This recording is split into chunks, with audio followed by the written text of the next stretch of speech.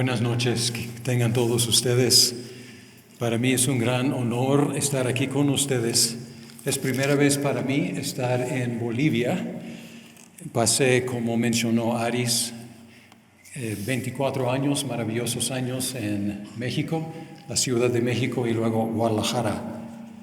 Y luego empezaba a visitar otros países en Latinoamérica. Y según yo había aprendido a hablar español. Pero luego cuando salía a otros países me identificaron como hablando mexicano. Entonces, a lo mejor van a escuchar algunos mexicanismos. Órale. Pero para mí es un gran placer estar aquí con ustedes. Y voy a estar compartiendo dos temas y me han cedido grandes secciones de la Biblia. Porque en esta conferencia me asignaron las narrativas del Antiguo Testamento. Y la narrativa del Antiguo Testamento se calcula que cubre como 40% del Antiguo Testamento. Ahora, ¿qué es narrativa? Todos identificamos narrativa porque relata una historia, cuenta una historia. ¿Y dónde encontramos la narrativa en el Antiguo Testamento? Y la respuesta es en todos lados. La Biblia empieza con narrativa, empieza con en el principio Dios creó.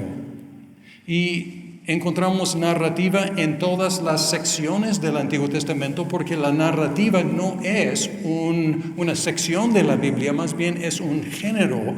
Y el doctor Coleman mencionó varios géneros. Entonces este es el género más prominente en el Antiguo Testamento y también en los Evangelios y en Hechos de los Apóstoles.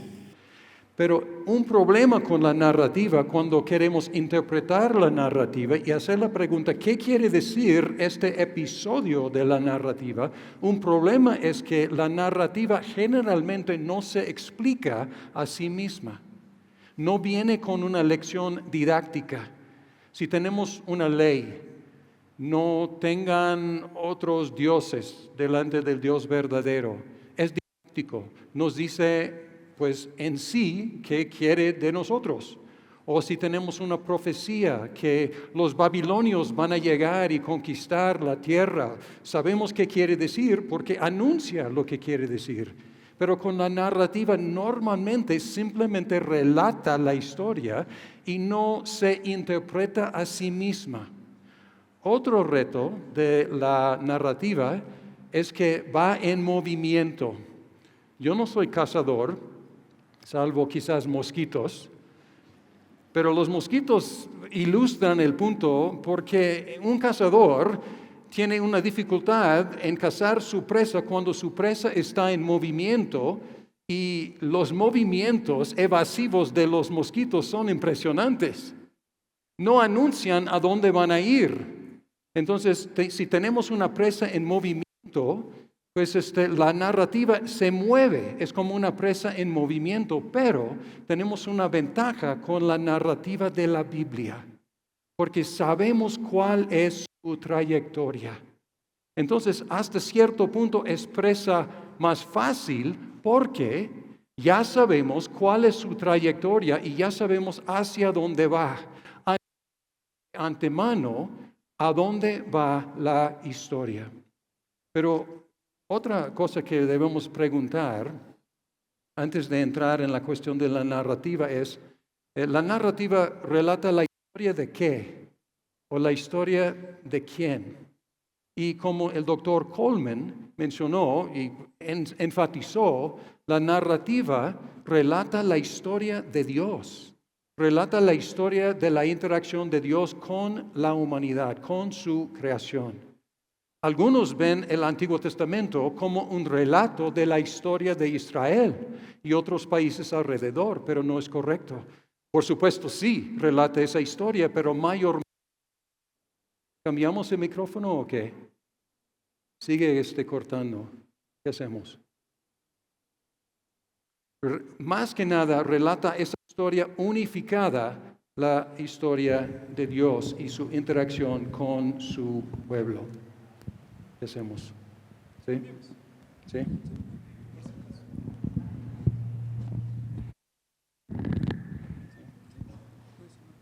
¿Sí? ¿Ahora sí? ¿Mejor? Bien. Ahora, el doctor Coleman, al final de su conferencia magistral, él presentó diferentes maneras de que la Biblia va preparando el camino para Cristo. Y él mencionó la tipología. Y vamos a profundizarnos un poco más en la tipología, porque la tipología es la manera, podríamos decir, principal de interpretar las narrativas del Antiguo Testamento correctamente.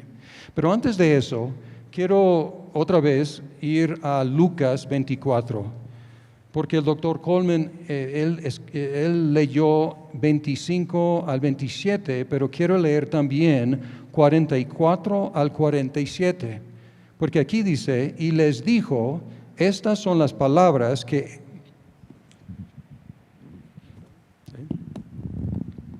Va a ser un boom.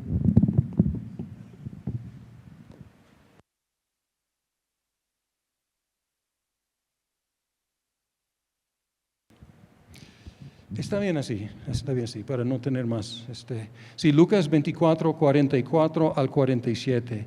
Y les dijo, estas son las palabras que os hablé cuando aún estaba con ustedes, que era necesario que se cumpliese todo lo que está escrito en mí, en la ley de Moisés, en los profetas y en los salmos. Entonces les abrió el entendimiento para que comprendiesen las Escrituras y les dijo, así está escrito, y así fue necesario que el Cristo padeciese y resucitase de los muertos al tercer día, y que se predicase en su nombre el arrepentimiento y el perdón de pecados en todas las naciones, comenzando desde Jerusalén.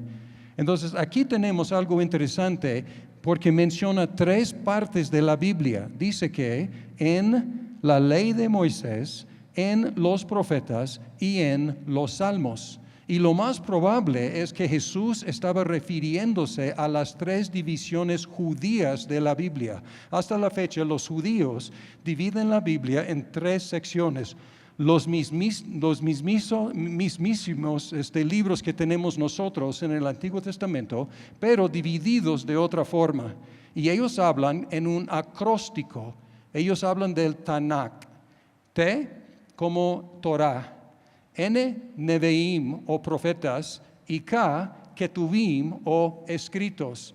Y es probable que Jesús está haciendo mención de esas tres divisiones, porque aquí dice, en la ley de Moisés, en los profetas y en los salmos, el libro más prominente de la sección de Ketuvim o de los escritos. Y si es así, está diciendo que no solamente en toda la Biblia en general, sino en cada sección de la Biblia. ¿Y qué encontramos en cada sección de la Biblia? ¿Qué encontramos en la ley de Moisés? Tenemos mucha narrativa.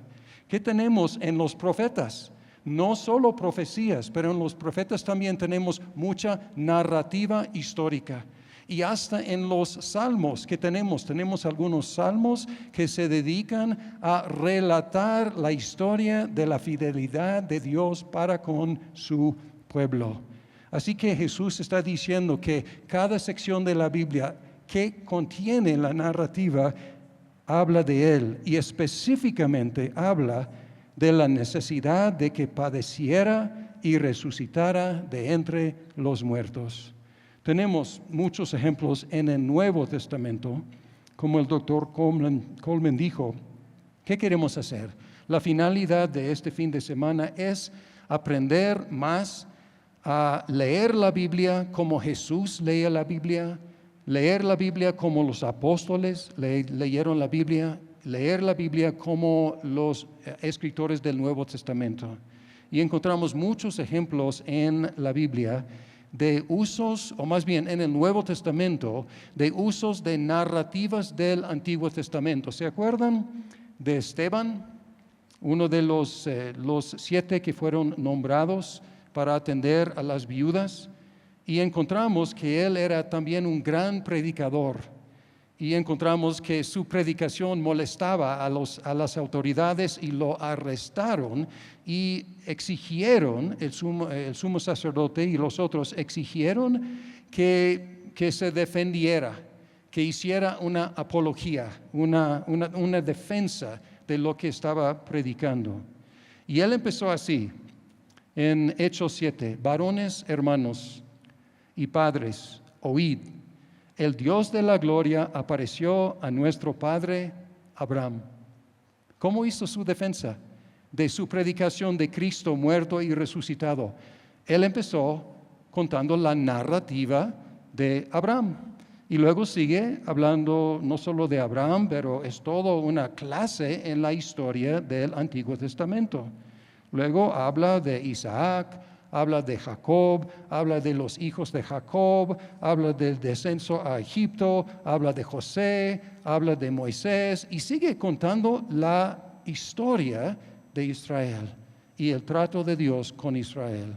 Es un ejemplo de muchos ejemplos en el Nuevo Testamento de utilizar la narrativa del Antiguo Testamento para predicar a Cristo. Y esta conferencia es para profundizar un poco más en cómo hacer esto.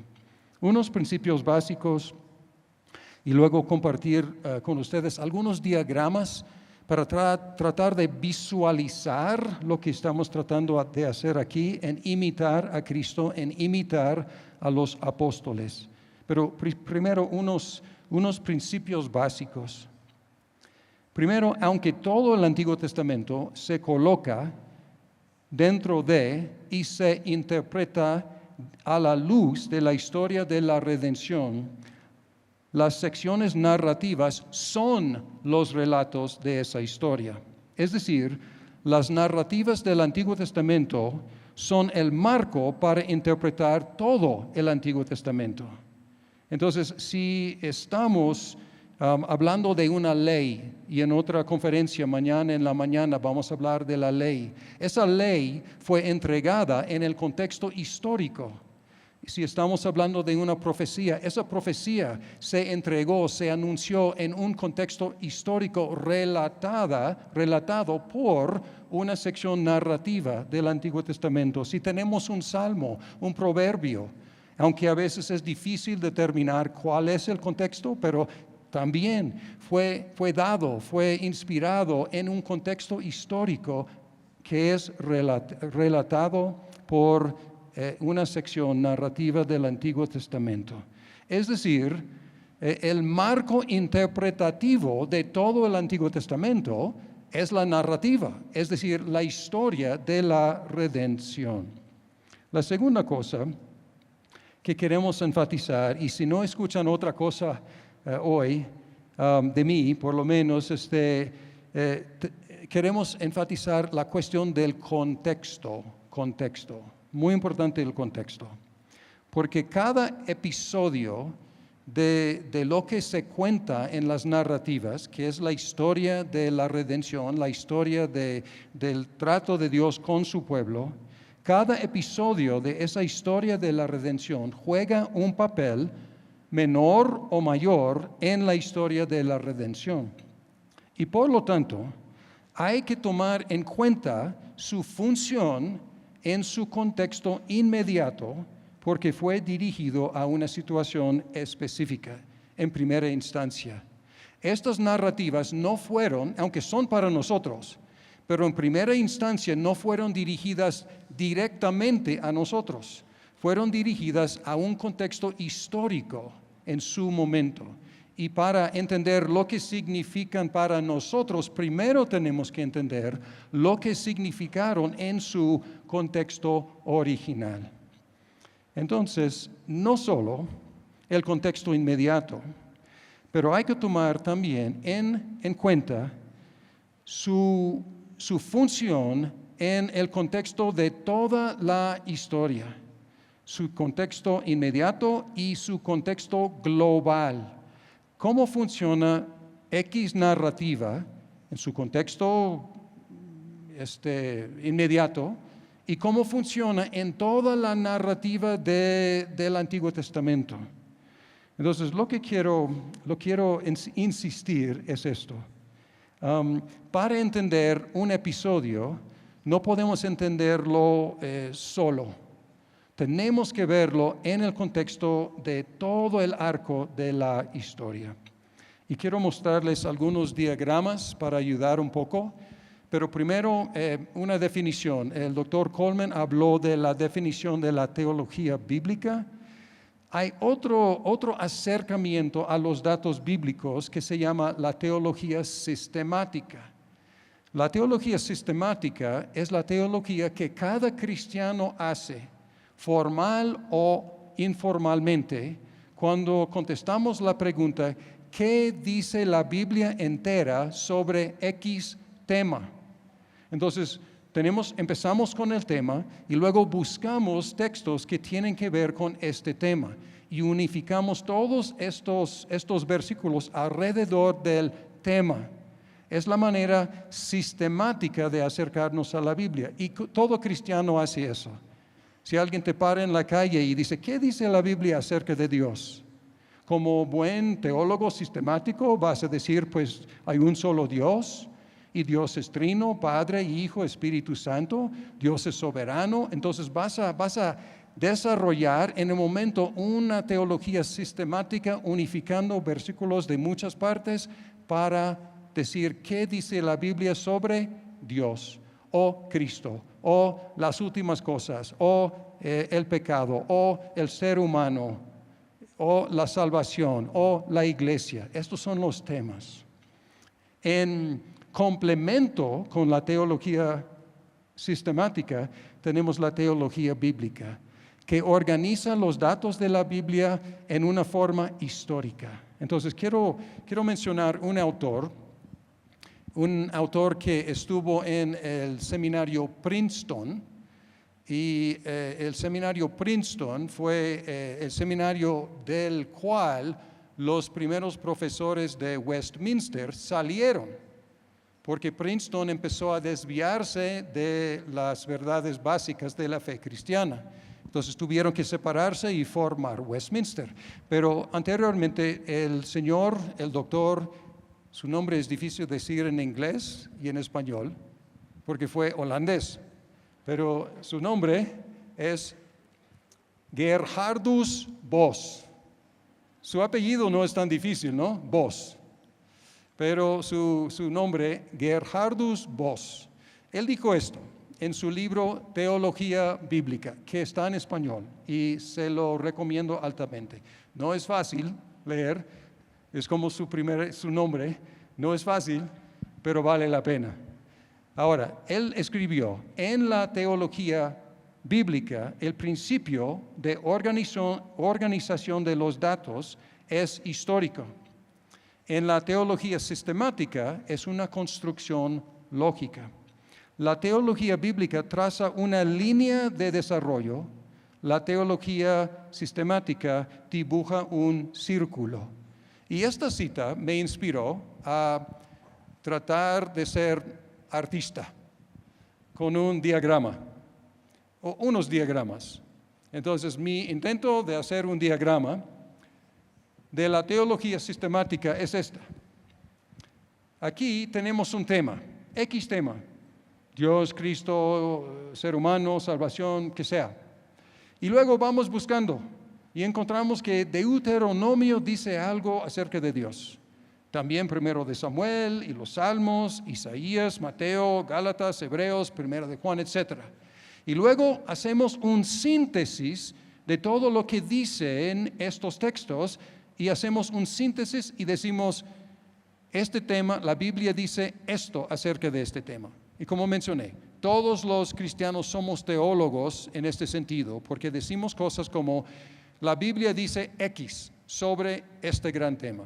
Vean, el problema, o más bien no es problema, pero un peligro de esta manera de acercarse a la Biblia, si no hacemos la teología bíblica, el peligro es ignorar la historicidad, la progresividad de la Biblia.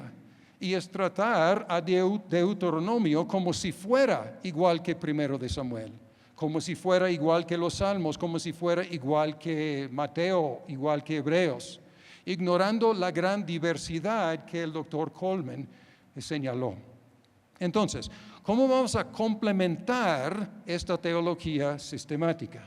Entonces, vamos a hacer lo que dijo el doctor Gerhardus Voss. Vamos a trazar una línea, pero convertí el línea en flecha, porque esta línea tiene su destino predestinado, digamos, predestinado en el gran plan de Dios. Entonces, la historia de la redención va hacia alguna dirección, o más bien hacia una persona. Y aquí utilicé un símbolo común de Cristo, son las primeras letras de su nombre en griego, Ki, Ro, primeras dos, a veces a lo mejor han visto esto, pero estoy usando este símbolo como Cristo. Entonces aquí tenemos la historia de la redención. ¿Y dónde se cuenta la historia de la redención? En las secciones narrativas del Antiguo Testamento. Bien, nosotros queremos estudiar un texto en particular y lo que hacemos es que aislamos ese texto en particular. Queremos estudiar algunos de los textos ya mencionados, la pérdida del arca o la recuperación de la victoria de Israel sobre los enemigos de Dios, o el arca de Noé, o la entronización de David, o la división de la monarquía. Queremos estudiar algún texto, un episodio en particular de esa gran trayectoria. Pero inmediatamente quiero que vean una cosa aquí. Para estudiar este texto tenemos que aislarlo. Pero si vemos ese texto aislado solamente, no podemos entender su significado, porque es parte de una flecha. Si yo tuviera una flecha aquí y yo cortara un trocito de esa flecha, de madera, digamos, y yo les mostrara solamente ese trocito y les preguntara, ¿qué es? Ustedes dirían, ¿un trocito de madera? Y yo diría, no, es parte de una flecha. Y dirían, pero no se nota. ¿Por qué? Porque aislé ese trocito de la flecha. Entonces, para examinar, a lo mejor tenemos que enfocarnos en ese trocito de la Biblia, esa sección de la narrativa, está bien. Pero si dejamos ese trocito fuera de esa trayectoria, no podemos entender dos cosas. No podemos entender el trocito y tampoco podemos entender la flecha. ¿Por qué? Porque rompimos la flecha. La flecha ya no es flecha. Ya no sirve porque rompimos la flecha. Entonces, ¿qué queremos hacer? Básicamente, lo que queremos hacer cuando nos acercamos a una narrativa del Antiguo Testamento es sí, aislarla para entender lo que significaba en su contexto, pero luego reinjertar esa sección en la gran trayectoria de la Biblia y hacer esto. Entonces, lo examinamos y luego otra vez lo pusimos en su lugar para entender lo que significa no solamente en su contexto inmediato, sino en su contexto global hacia Cristo. Ahora, como Gerhardus Voss dijo, la teología sistemática es un círculo, la teología bíblica es una flecha. Pero podemos concebir también de la teología bíblica como un círculo, o más bien varios círculos concéntricos. Es otra forma de visualizar. Entonces, si la flecha no les hizo mucho sentido, quizás los circulitos que voy a trazar aquí. Entonces, empezamos con un texto y queremos estudiar ese texto, un relato histórico en las narrativas. Y queremos preguntarnos, ¿qué quiere decir este texto, este relato histórico? Entonces, examinamos el texto, pero luego lo que hacemos es poco a poco, pueden hacer esto en sus teléfonos, con 2 deditos, pueden ir abriendo el panorama o cerrando el panorama. Lo que queremos hacer es decir, ¿cómo funciona este texto en la sección del libro en el cual se encuentra? ¿Cómo funciona Romanos 4 en la sección teológica de Romanos 1 a Romanos 11? ¿O cómo funciona, si usamos un ejemplo del Antiguo Testamento, cómo funciona el relato de David venciendo a Goliat? Entonces, es toda una parte de una sección de Primero de Samuel. Entonces, en esta sección de Primero de Samuel, ¿cómo funciona ese episodio? Y luego, ¿cómo funciona esa sección dentro del libro entero?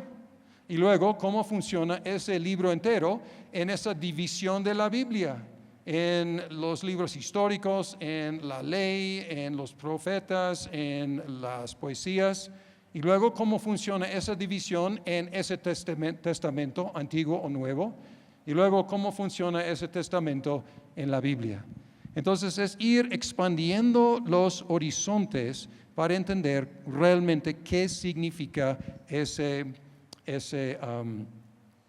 texto en su no solo contexto, sino contextos cada vez más grandes. Ahora, quiero compartirles otro diagrama del primer presidente del seminario de Westminster. Durante mucho tiempo el seminario de Westminster no tuvo presidente, pero luego dijeron, debemos tener un presidente. Y eligieron a un señor Edmundo Clowney, el primer presidente de Westminster.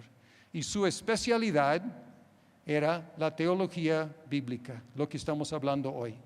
Y él hizo un diagrama más complicado, entonces vamos a tomar un tiempo con este diagrama, pero para mí como abre mucho de lo que significa la teología bíblica. Empezamos con un texto del Antiguo Testamento. Y nos hacemos la pregunta, ¿qué quiere decir?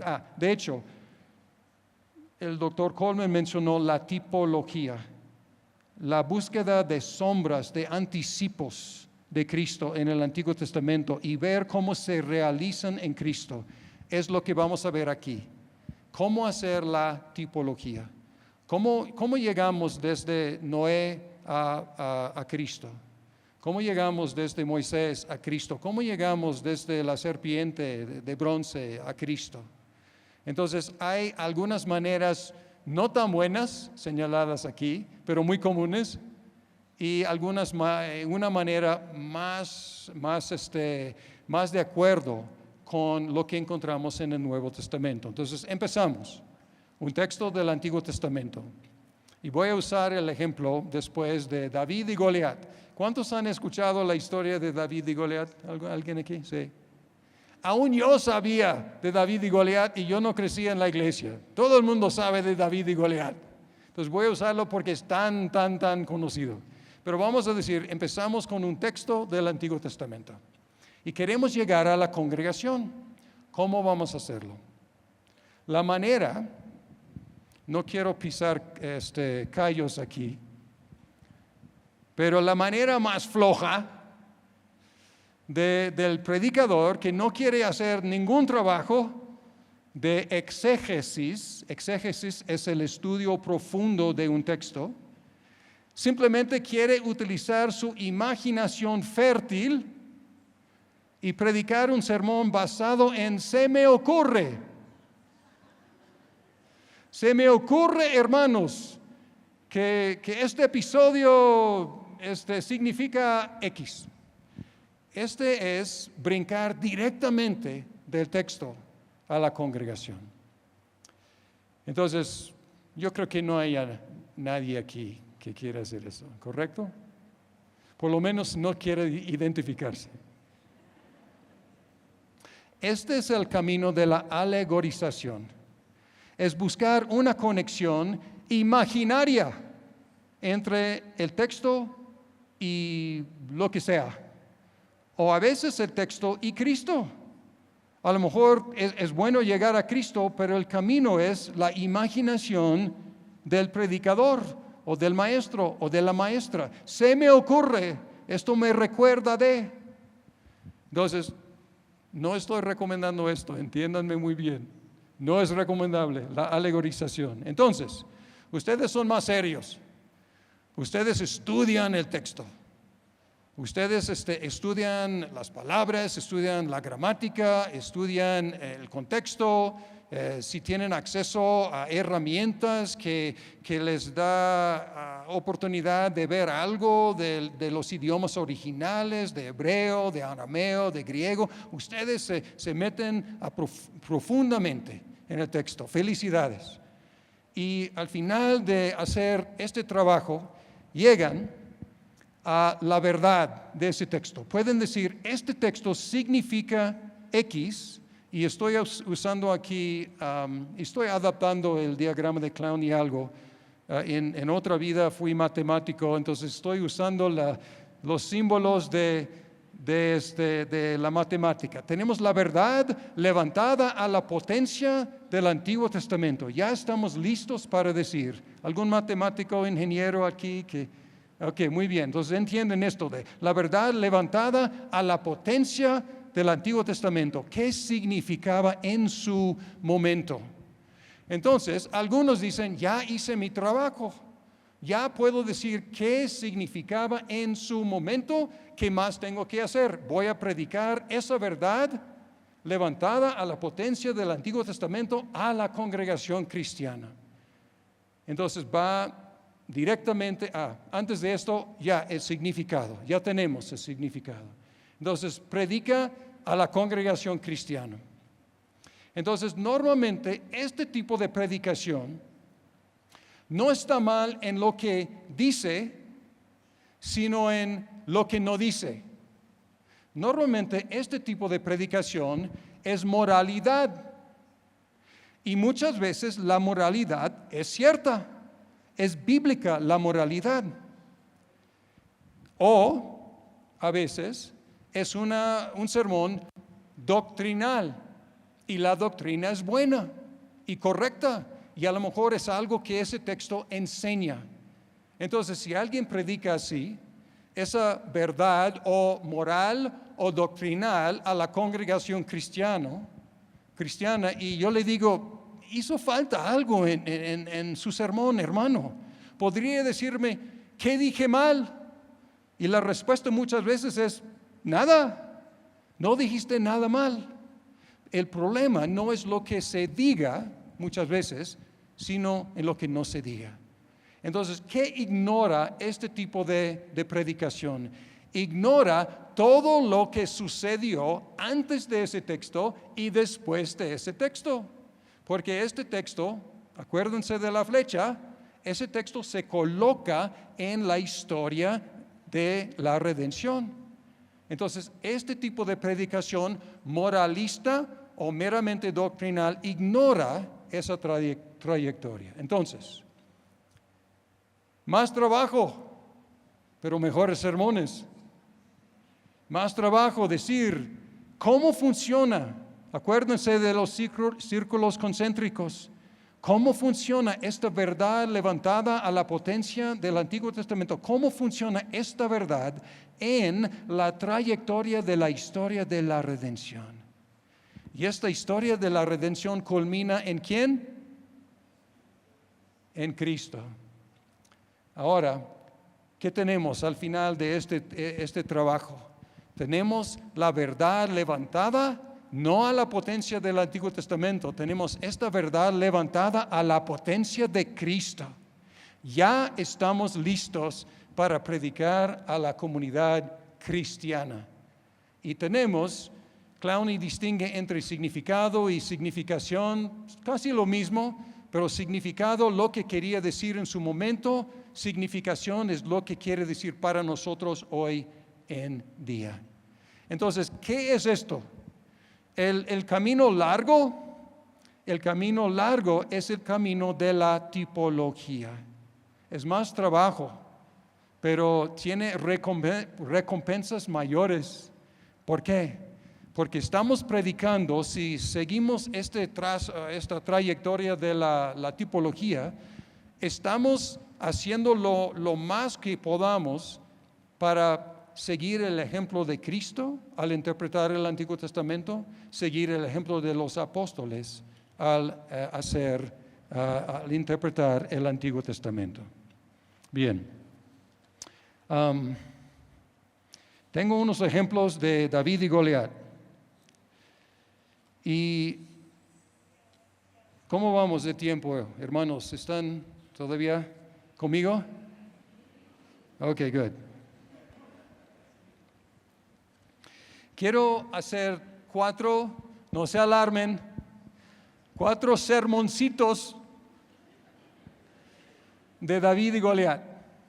Y no voy a leer el texto porque ustedes ya conocen el texto muy bien. Voy a acercarme al texto de 4 diferentes maneras. Entonces, primer sermoncito va más o menos así. Mis queridos hermanos, observen aquí que David salió al encuentro con el gigante solito. Nadie más quería enfrentarse con ese gigante. Y a veces, hermanos, tenemos gigantes en nuestras vidas. Tenemos el gigante del pecado, el gigante del miedo, el gigante del jefe difícil, el gigante del mal pastor, el gigante de la suegra. Y hermanos, nosotros podemos vencer a nuestros gigantes, pero a veces necesitamos ayuda. Y David recogió una piedra lavada por el agua. Y él tomó 5 de esas piedras lavadas por el agua. Y él metió esas 5 piedras en la batalla contra ese gigante. A veces necesitamos, hermanos, ayuda con nuestros gigantes. Esas 5 piedras significan los cristianos bautizados con agua, limpiados de sus pecados, pero inertes. Están ahí en el arroyo, están calentando bancas, no están haciendo nada y necesitan que alguien los reclute para entrar en la batalla. Así que, mis hermanos, hay que entrar en la batalla solo a veces, pero mejor llevar consigo a alguien, porque hay muchos cristianos que necesitan que alguien los reclute, que alguien los llame para entrar en la batalla, para conquistar a los gigantes. Amén.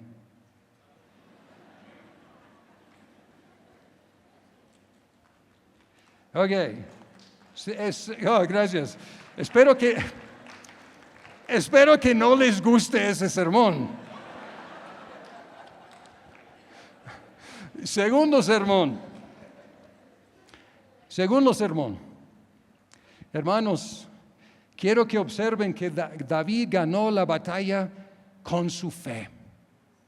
Rehusó depender de la armadura de Saúl. No llevó ni siquiera una espada, sino solo las armas del pastor. Su declaración ante el gigante claramente mostró en quién confiaba.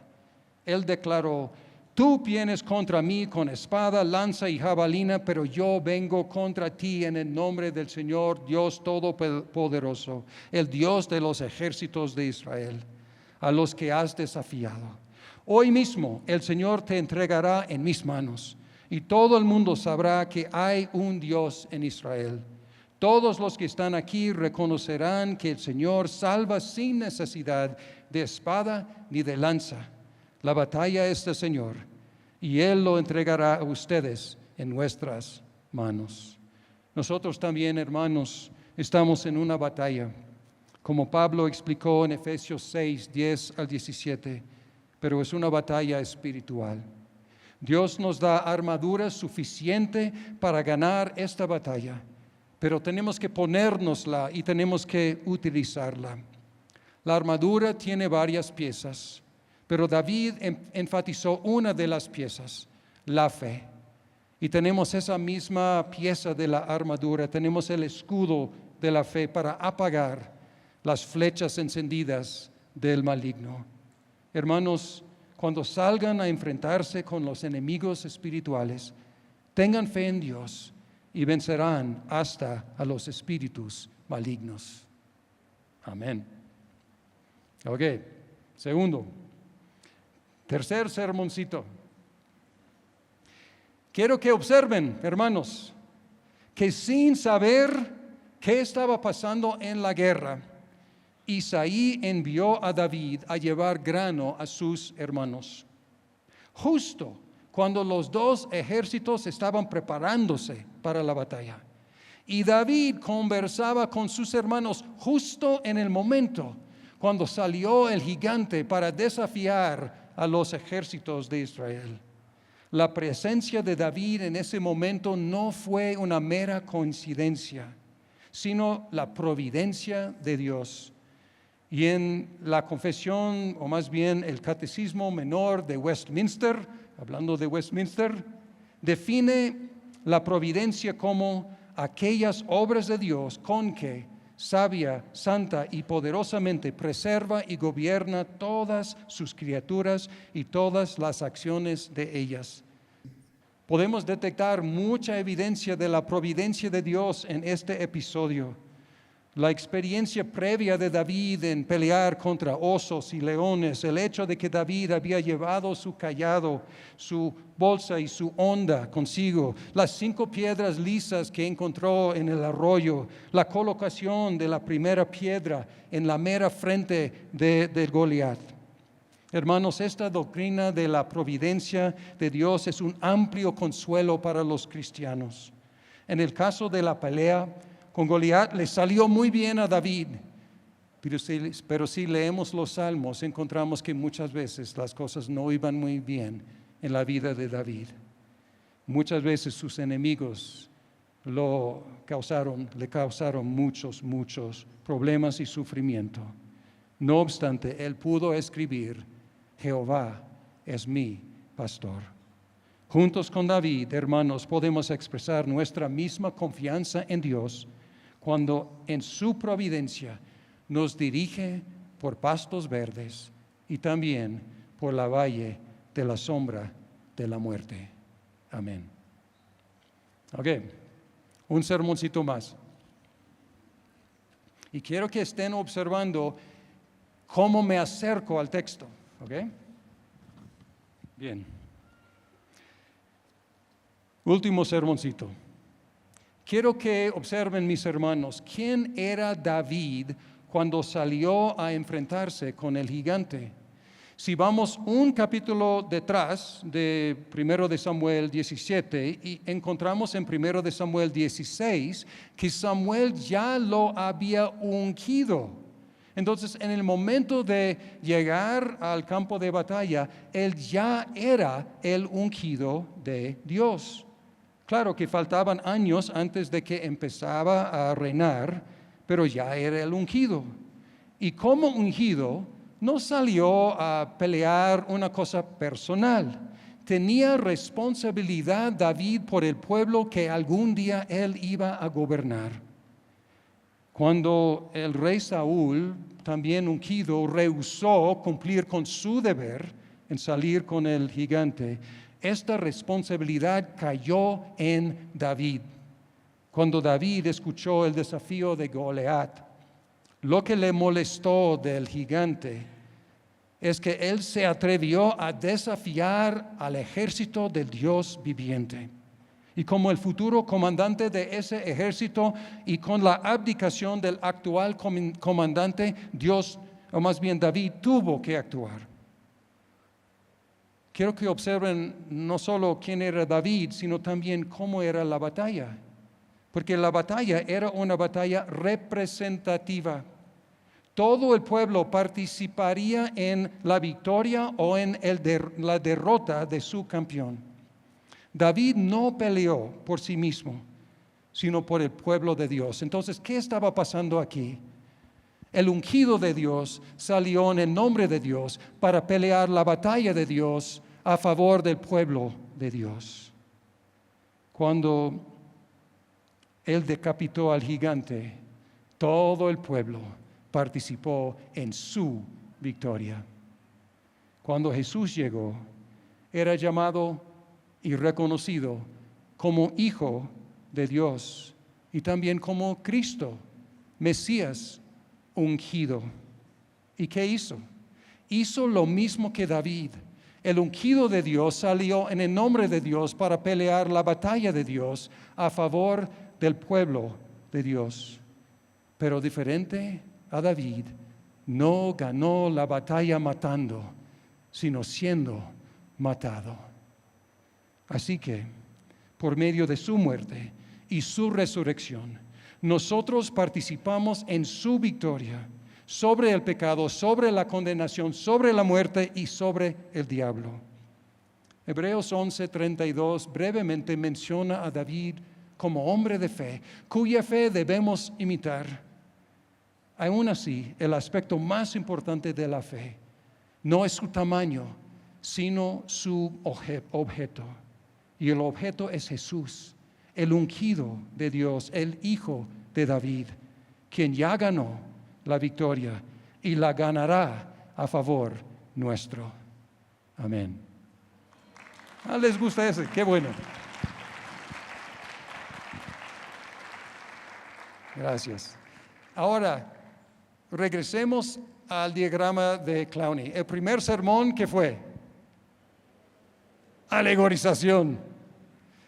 Y ese sermón ni siquiera fue un sermón.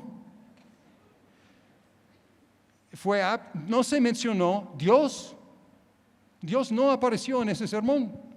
Sería apto para una campaña política, o un club de leones, o una porra antes de un partido de fútbol.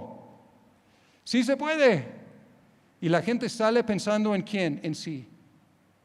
Entonces no prediquen así. Segundo sermón, ¿qué fue?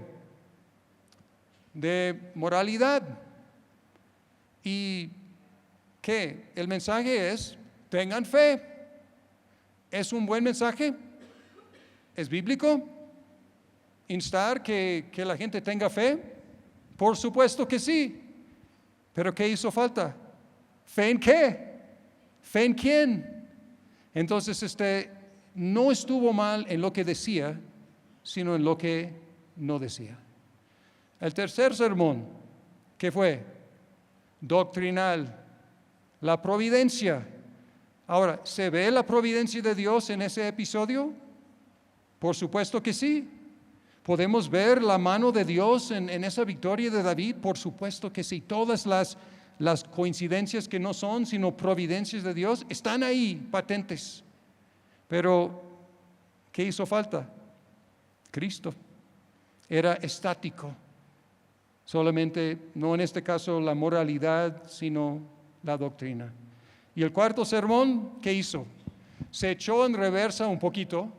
Podría haber hecho un regreso hasta esta promesa que el doctor Coleman mencionó de la simiente de la mujer que representativamente iba a vencer al enemigo de Dios y del pueblo de Dios. Podría haber ido hasta muy atrás, pero por el tiempo simplemente hice en reversa un capítulo y encontré que quién era David. David era ungido. David también estaba entrando en una batalla no personal, una batalla representativa. Y luego, probablemente en un sermón más largo habría hecho más pasos. Yo brinqué directamente a Cristo, pero probablemente habría trazado más camino. Pero llegué a Cristo como el antitipo, el cumplimiento del tipo que es David. Ahora, en esencia es lo que queremos hacer cuando estamos interpretando las narrativas del Antiguo Testamento.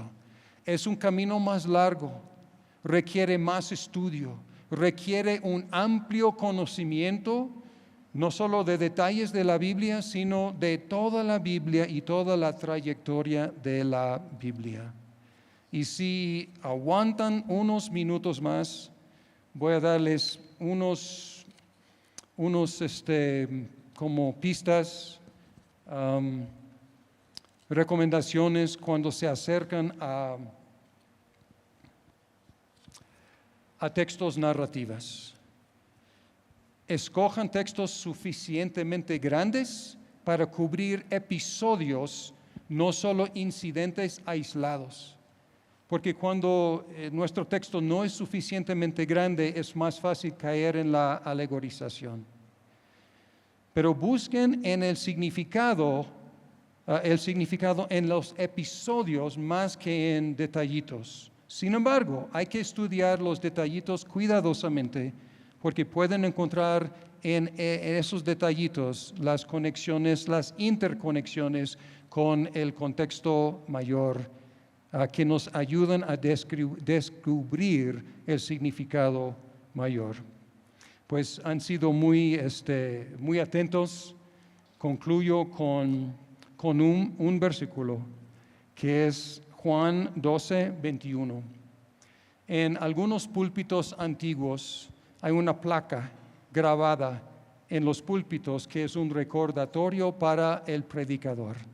Y es de Juan 12, 21. Y ustedes se acuerdan que cuando Jesús entró en Jerusalén en el triunfo triunfal, en la entrada triunfal, que estaban deshechos los líderes religiosos judíos y decían, todo el mundo va tras él. Y cuando ellos dicen eso, ¿quién llega? Todo el mundo. Los griegos llegan, las naciones llegan. ¿Y qué pidieron las naciones? Se acercaron con Felipe con una pequeña, sencilla y profunda petición.